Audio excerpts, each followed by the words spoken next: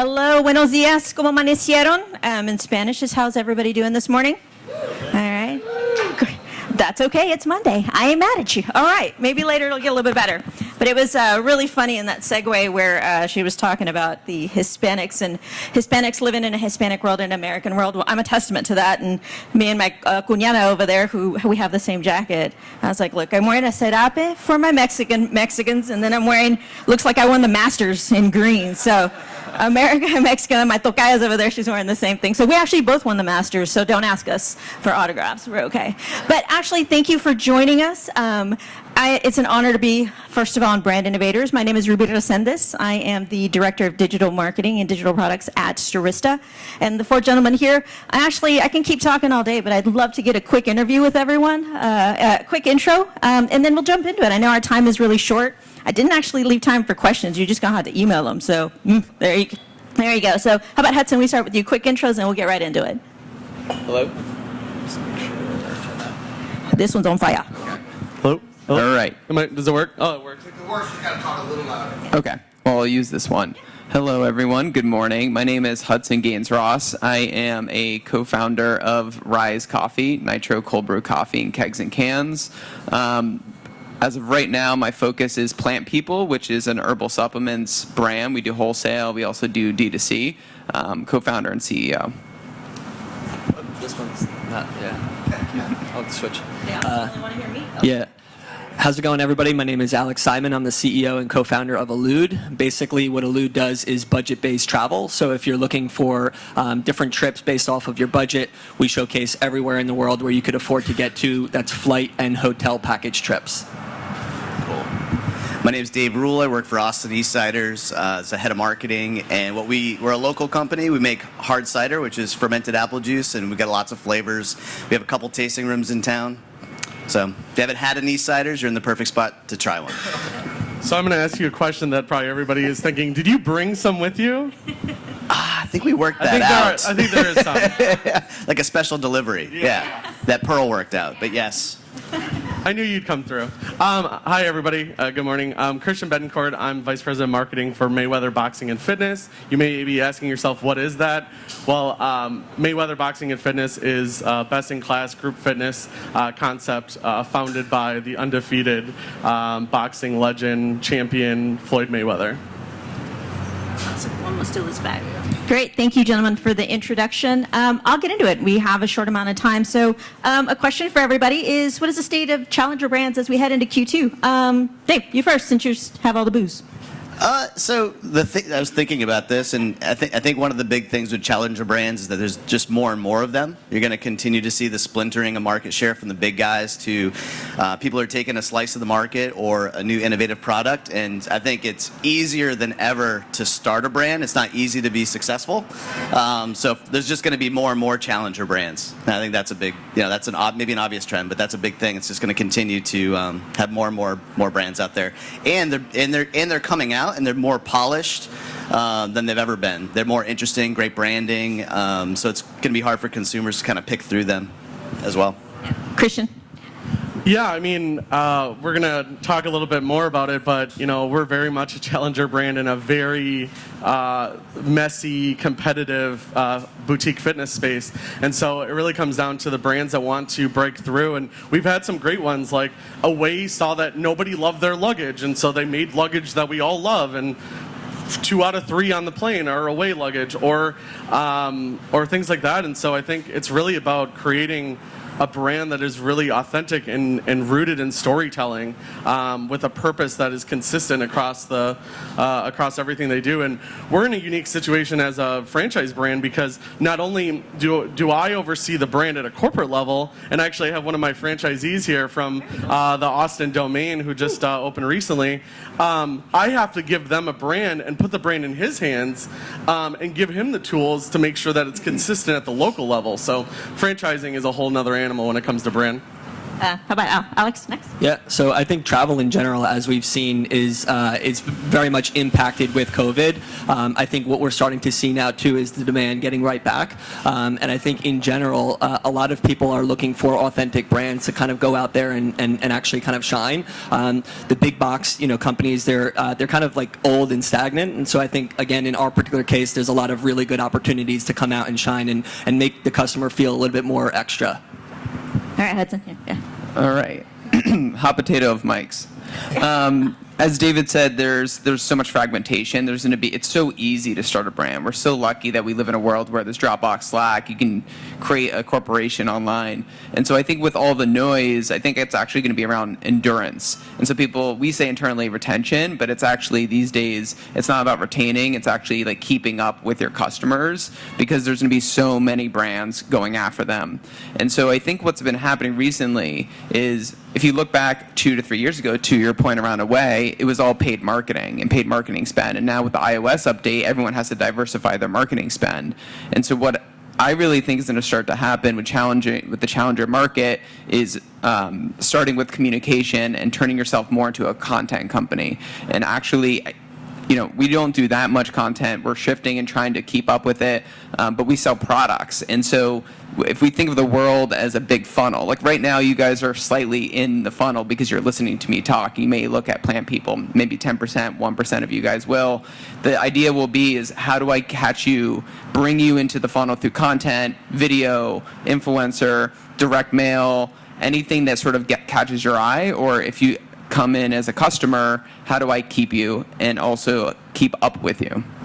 Oh, a good segue into a question I have for both you and Dave. So let's talk about customers. Like, what are some of the trends you're seeing in customer behavior? And you just kind of spoke really lightly on the customer and keeping them. What are you doing? What are the challenges of owning that one? Owning your consumer as a direct-to-consumer. Yeah, I think the big thing is, again, trying to sell them product without trying to sell them product. Again, I think it's content, it's video, it's speaking with influencers, elevating influencers so that they're with you speaking on behalf of the brand without you trying to sell them. Right now, one focus that we're doing is constantly trying to send email marketing, SMS marketing, send out video, direct mail, but not really sort of like, here's a discount to buy our products. It's sort of just communicating and also shouting from the rooftops of like our values, because right now, similar to the content topic or that I'm bringing up, is people are really buying and they want to associate themselves with values. And so trying to create content as well as word of mouth friendly sort of like tokens that your consumer can tell other people at dinner. So if someone's like, hey, I need a new mattress, someone's like, oh, I know this cool company where they ship the mattress in a box. You just need that like one sentence, that token, and trying to think of like those tidbits that a consumer can walk away with. For Ciders, the big thing that happened with COVID 2 years ago is that people stopped going into stores, and it was really hard for brands like us to drive trial at bars and restaurants and grocery stores and events. So what we really started doing is we focused our team on how well we merchandise on all of our partner e-commerce accounts. We launched direct-to-consumer shipments, thinking of ourselves more like a wine brand than less like a beer brand. It's a cider. It's actually a wine. It's an apple wine.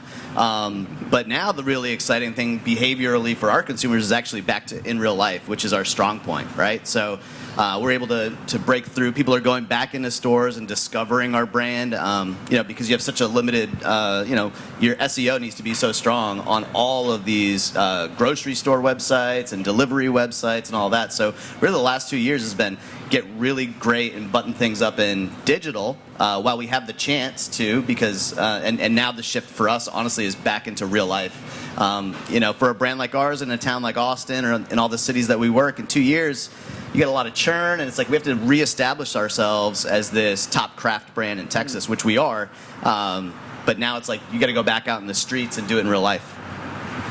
Secret question here. So what is one of the customer behaviors that is actually shocking to you in both of your brands? Hudson, Dave. I didn't put this one in the email. I'm sorry.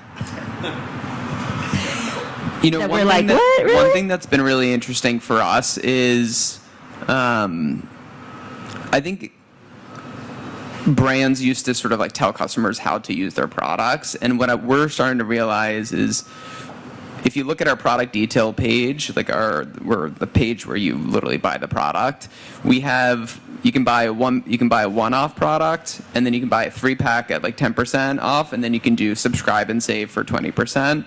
And I think that what we've really learned is we really need to meet customers where and how they want to shop in a way. And we were really surprised that people were buying 3-packs on their first order ever. And we've started to realize that we don't have to be like a subscription business, even though that's great and we would love to be, and that's our focus. We love having customers shop in different ways, and we've been shocked at like how some people they're buying multiple times over and over again. Like there's many customers that buy from us one-off, no discount, no subscribe and save, no 3-pack, and they keep on buying, but that's because they don't trust subscription. They don't want like to overspend on a 3-pack or something like that. And that's been really interesting. And so we've been shifting our marketing strategies as well as segmenting customers based off of that behavior. Dave, what's a secret behavior you're kind of like, really? These people like apple wine? What was the question again? Like, what is the secret behavior that has gotten you perplexed a little bit? Says, oh wow, I didn't realize that was actually one of our customer behaviors. Oh, let's see. I don't know. Drinking alcohol, people have a lot of bad behavior sometimes, or unexpected behaviors.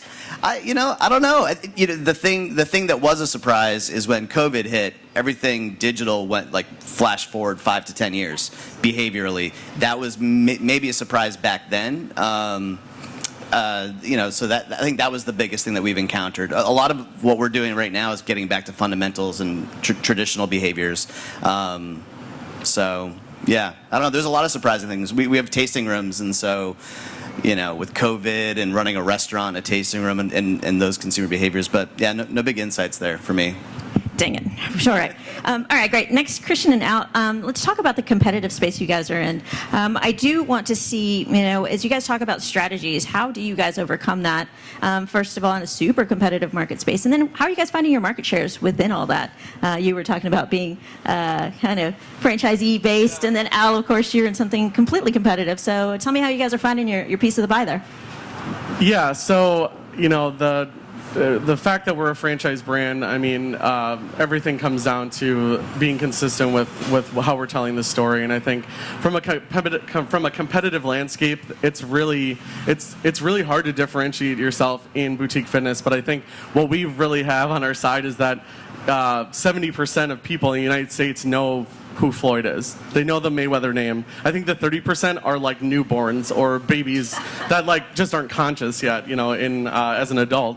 And so ultimately, we grew during the pandemic. I was previously at the world's largest fitness brand, which I'm not going to mention because I'm here for Mayweather.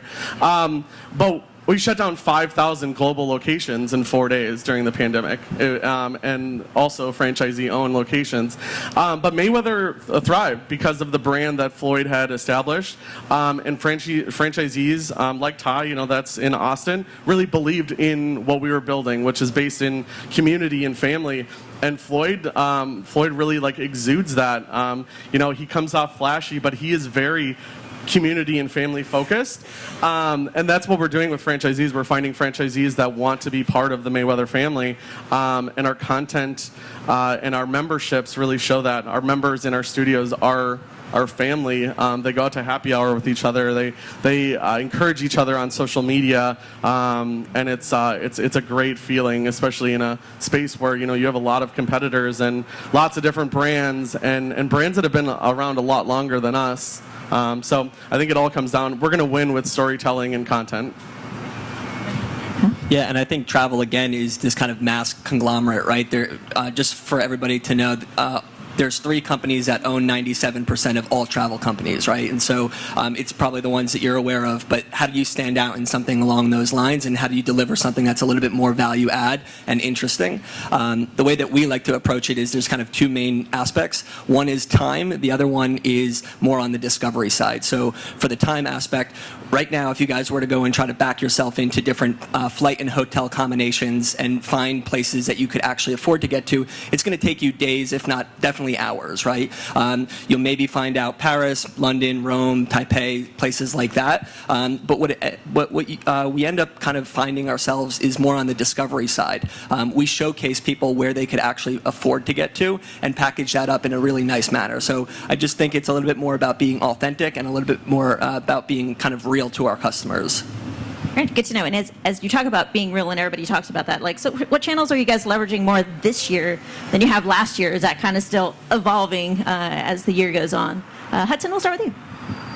Yeah, so the last 2 years have been insane for multiple reasons. We as a company at Plant People, we decided to cut our paid marketing spend around 2 to 3 months before the iOS update that changed like the whole game, which is amazing for a small brand, by the way. I absolutely love it. Because like real brands can start thriving versus competing in a casino versus high spend other competitors. It's amazing. We've been diversifying in podcast marketing, which has actually been pretty great for us. Direct mail, which is also really crazy amazing for us, and segmenting by types of consumers, so subscribers, repeat purchasers, and then going after lookalikes of new customers. I'd say the last one hasn't been as successful as the first two. So again, it's like about endurance. It's just trying to keep them and hoping that they word of mouth spread.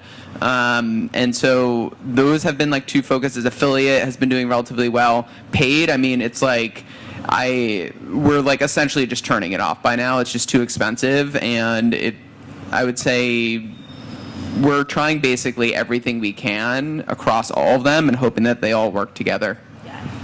Al, what are you guys leveraging this year? More than last year, or? No, something that's been working for us quite nicely is TikTok. And so if you actually look more broadly in travel, again, almost no travel brand is socially equipped. They're old, antiquated, 20 plus years old. You know, you're not going onto socials and saying, hey, thanks company for booking this trip. It just doesn't happen. And so the way that we've been approaching it is much more getting it into the actual influencer's brand and actually kind of showcase what we could afford, what Elude has to offer for that individual. And then, kind of promote it that way. So TikTok has been massive for us. Dave, what have you guys been using? We need to get on TikTok. We're way behind. We have a small team, real entrepreneurial atmosphere. But back to in real life, the bars, restaurants, tasting rooms, our own tasting rooms. We launched our second one into the pandemic, and it's coming back now, and it's really thriving. And we're working with some folks who they have the interesting idea of licensing our brand to folks for airports. So it's like less cost up front. It's only you only see on the profit side, and you don't see the downside. So while that's been a super pain point for us over the last 2 years, it might be this opportunity to kind of put up our brand in all these different cities in a great brand building way and travel hubs. So that's really interesting. Another thing that we've just started to buy into is a program called Luma. So it's video that's on store shelves at your grocery stores with audio, with a rotating, circulating through 30-second ads with audio in the grocery store telling brand stories that are really well produced. So that's really interesting. But TikTok is like, it's all about TikTok. We've been Instagram first, and now we need to be TikTok first, and we're just getting started. Yeah, we're similar. We're Instagram first. Again, unique in the sense that like at the brand level, we have all the channels, and then you multiply it by 50, 100 for each franchisee location on Instagram. So we're unique in that sense. But really, bread and butter has been Facebook and Instagram, especially on the lead gen side. So like a lot of our members come from those paid tactics. We are looking into TikTok as a brand, so excited. Got to chat with a lot of the TikTok folks while I was here. So exciting things to come. I think also going deeper into video. So strategies around leveraging video, whether it's YouTube or across other channels. And this year I'm actually really excited because we're coordinating our first national campaign. So looking at less about buying platforms and putting advertising there. I want to buy audiences. So I want to identify the audiences that are key to our business and follow them around their experiences, whether they're on their device, whether on at home on connected TV or advanced TV. So we're thinking about all of that, and so have a really fun national campaign that we're planning right now for later this year. Congrats on that. Yeah. So one more, actually a couple more questions. So any channel out there that is kind of exciting to you that you guys haven't mentioned? TikTok, maybe gaming, AR, VR. Is there something out there that You're like, oh man, maybe not now, but in the future, anything exciting that you guys are seeing out in the space nowadays? Yeah, I mean, we've been looking into NFTs a bit, which is interesting. I think it's just trying to be relevant as a brand, and we haven't made much headway, but it's something that we're looking into. And then I just say, in terms of partnerships, we've actually went more towards boots on the ground and direct partnerships with brands that we resonate with. That's actually been working pretty nicely as well. Yeah, a lot of it's for us is fundamentals. All those things are pretty far out from purchase for us. We funnel our resources in proximity to purchase, whether that be online, digital considerations, search, or actually right in stores. So NFTs, I'm paying attention and got some crypto, but it's like a casino, right? Yeah. So. Yeah, I mean, all that stuff is like really cool, shiny object. Like, ooh, like I think the thing comes down to like.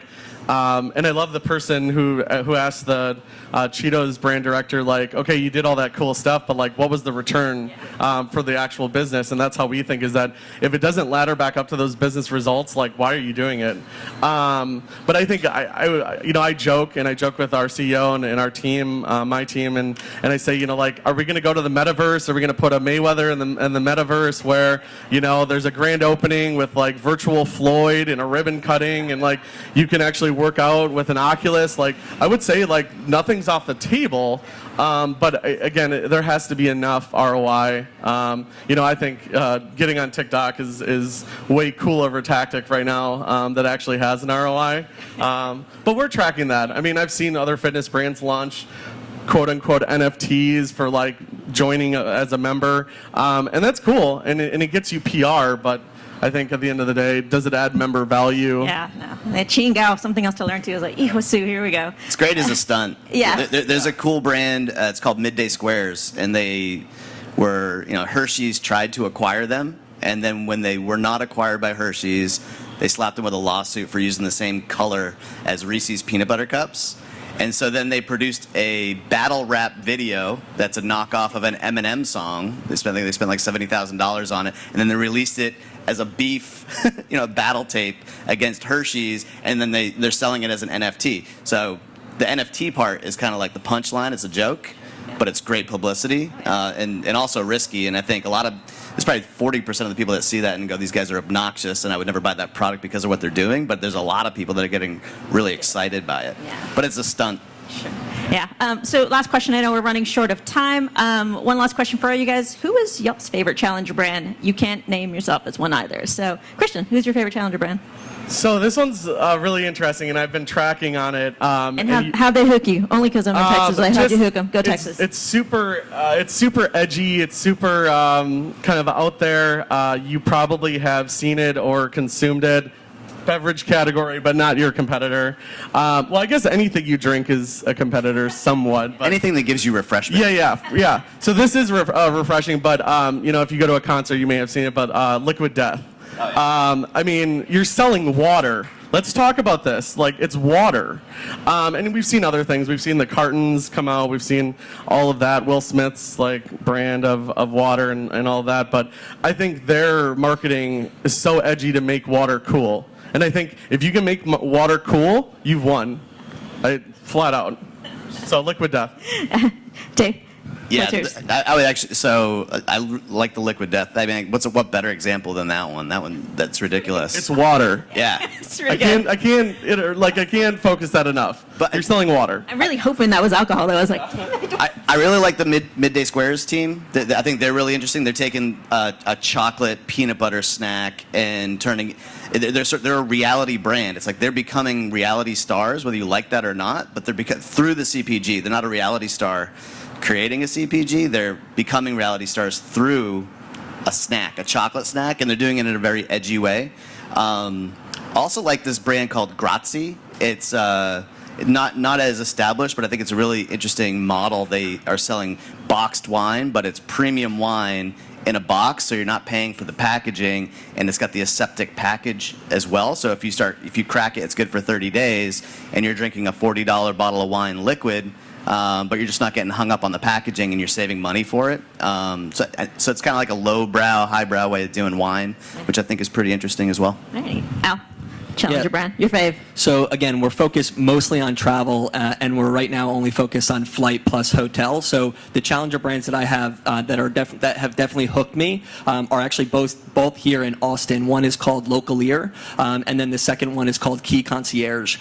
Local Ear, basically what they do is more like boots on the ground. What are you doing in said locations? Again, they have, I want to say, maybe 50 to 100 different destinations that they have, top restaurants and top things to do. Basically like the Condé Nast of the world. They do it much more on a local level. And then Key Concierge, if anybody's familiar with them, it's run by two badass women founders, and they are running the show in terms of what are you doing. Let's say you have a bachelorette party or a bachelor party and you want to have a stocked fridge right before you get to your Airbnb. They actually do all of that hand curation right at, like, again, boots on the ground. I want to say they're in 30 or 40 different locations and growing, but definitely, again, right in line with travel and being kind of that boots on the ground for us.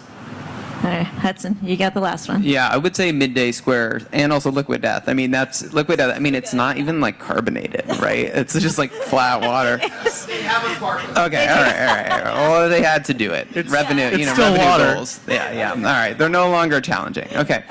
I would say Olipop is a really good one. It's a new kind of soda. I think that's a really strong product marketing fit and a good pushback versus cola. Also, the market size is massive and the exit potential is huge.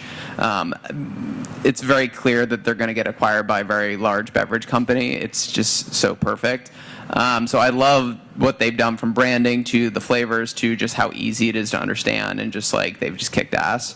Yeah, but I would probably say those two as well. All right. Well, hey, I know we're running short of time, gentlemen. 4 minutes for questions. Oh, 4 minutes for questions. Anyone? Anyone? Thank you, Jeff. Great job, you guys. When you look at all the different generations, how do you kind of determine which one you're going to target? And if you're going to target multiple, how do you determine the channels, the technologies, because they're very different by generation? I can answer that one. It's interesting because when we started our company, Plant People, we really had the 24 to 35 demo, and we still actually have like a huge spike in terms of majority. But if you were to add up the 35 to 55, that's like 2 times the size as that spike when you put them together. So that's like the demo we're going after is those 2 chunks. And I also think that when you go for younger generations, like the attention span is like not there. Also, TikTok, it just gets too crazy for us. But I think it's really tough because you can target the whole world, but I think if you stay focused and you really try to understand who your customer is and you're constantly doing, like sort of quality calls versus sort of quantitative and actually calling your top 10 customers, your top 10 subscribers, the top or 10 people that didn't repurchase and trying to understand who they are. And that's kind of like how we focus. And I think you kind of have you have to pick a lane, and that's kind of what we do, is just picking a lane, even though it's all looking really great. Yeah, I love that question. I think we actually approached it the complete opposite way. Instead of saying, who could we go out and kind of serve, we actually just did this for ourselves at first and said, look, if anybody else really enjoys the way of, booking travel based off of your budget, come and, sign up, use our wait list and go through that route. And as we started to create basically our wait list, we started to learn a little bit more about where our customers are coming from and actually go down that route. One surprising fact for us is right now we're a little over 50,000 users. We're getting hundreds of downloads per day and things like that. But our largest market is women. It's about 70%. That's not, if you were to ask us 2 years ago when we were like launching this, that was not what our intention was. It was just more about where our customers are coming from. So it's kind of like, one ear to the ground and just kind of learn where users are coming. So at Ciders, we focus everything we talk about a lot. We talk about proximity to purchase. So rather than focusing on a generation or a micro target, we're focusing on people that go into our stores, the stores where we're sold, right? Creating heat signatures around neighborhoods and cities versus spreading too thin. And it's all based on, it's a retail first strategy where are those consumers close to a register online, but mostly in real life. But then if we did have to target, I think for Ciders, you just think about usage occasions, who's drinking a lot, dual income, no kids. Like our average consumer is around 35 years old. It's 50-50 male female. But if you go on our social media channels, it's younger and more female. But yeah, for us, it's all about proximity to purchase, and we think micro targeting for us is a trap.